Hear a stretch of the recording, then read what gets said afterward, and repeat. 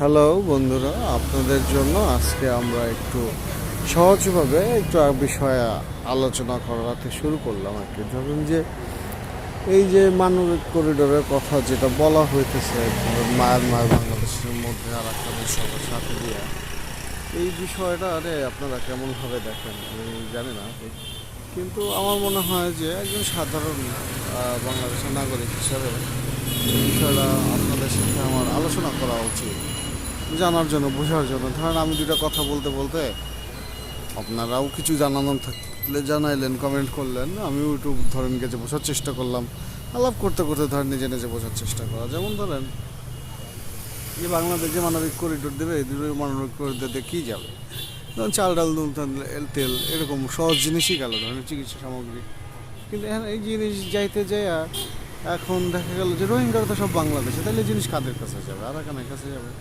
আবার ধরেন আরাকানের লোকজন এই পাশে আসলো, হ্যাঁ, এখন ওরা তো নিয়ত ভালো না, বুঝছেন না? ওরা তো আবার বাংলাদেশ একটু চট্টগ্রাম মট্টগ্রাম নিজেদের মনে করে দখল করার চেষ্টা করতে পারে। তো এখন ধরেন গিয়া যে আচ্ছা বুঝলাম জাতিসংঘের লোকজনই যাবে, আমরা কেউ যাব না। কিন্তু তাতে করেও তো ধরেন ভারত, পাকিস্তান এবং অন্যান্য দেশ যেভাবে তাদের স্বার্থ চায়না টায়না মিলে এইখানে রাখার চেষ্টা করতেছে, তাতে করে আমাদের মতো সাধারণ বাংলাদেশিদের জন্য তো খুব একটা বিপদ। তো এখন সেই জায়গা থেকে আস্তে আস্তে আমাদেরকে সঠিকভাবে বাংলাদেশের স্বার্থ যাতে ঠিক থাকে এরকম একটা ডিসিশন নিতে হবে। সবচেয়ে ভালো হয় এইভাবে না করে আরাকান স্বাধীন দেশ হবে কি হবে না সেই বিষয়ে জাতিসংঘে আলাপ করলে, অথবা ধরেন এদেরকে যদি আমরা এখন স্বীকৃতিও দেয় বাংলাদেশ, তাহলেও ধরেন যে বার্মার সাথে বাংলাদেশের যুদ্ধ লেগে যেতে পারে।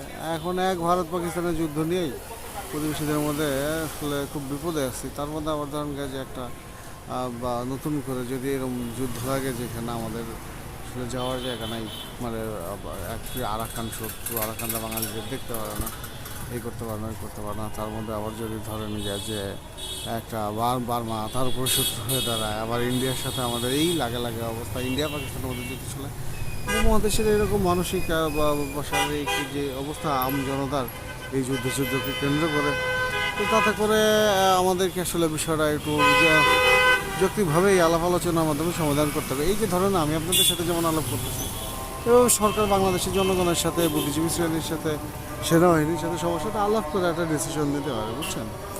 আর এই বিষয়ে আসলে আমাদের আমজনতাদের এত বেশি টেনশন করার দরকার নেই। বাংলাদেশ একটা সার্বভৌম দেশ, এর আর্মি আছে, এর সরকার আছে, হ্যাঁ, এখানে সবাই বুদ্ধিজীবী লোকজন আছে, নিরাপত্তা বিশ্লেষক আছে, তারা বুঝে শুনে যেটা ভালো মনে করে আমার মনে হয় বাংলাদেশের জন্য ভালোই করবে আর কি। কিন্তু এই যে ভারত পাকিস্তান সবার এই সমস্ত যুদ্ধ পরিস্থিতির মধ্যে নিজেদেরকে নিরাপদ রাখতে হবে, বুঝলেন?